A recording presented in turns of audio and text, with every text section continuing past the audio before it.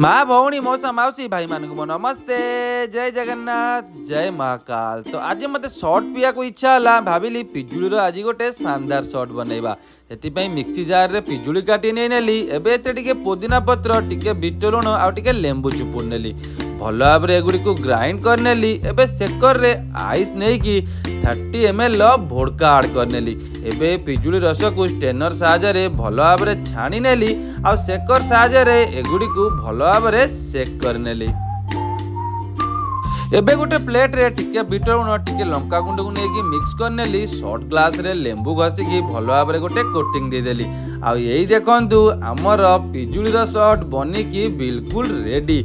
पीवा को बहुत शानदार होता है। आज तो पूरा मजा ही आसीगला। आपण मान को वीडियो केमती लगे कमेंट करके निश्चिंत कहिबे। वीडियो पसंद है वीडियो को लाइक करी चैनल को सब्सक्राइब करिया जमा भूलिबे नहीं।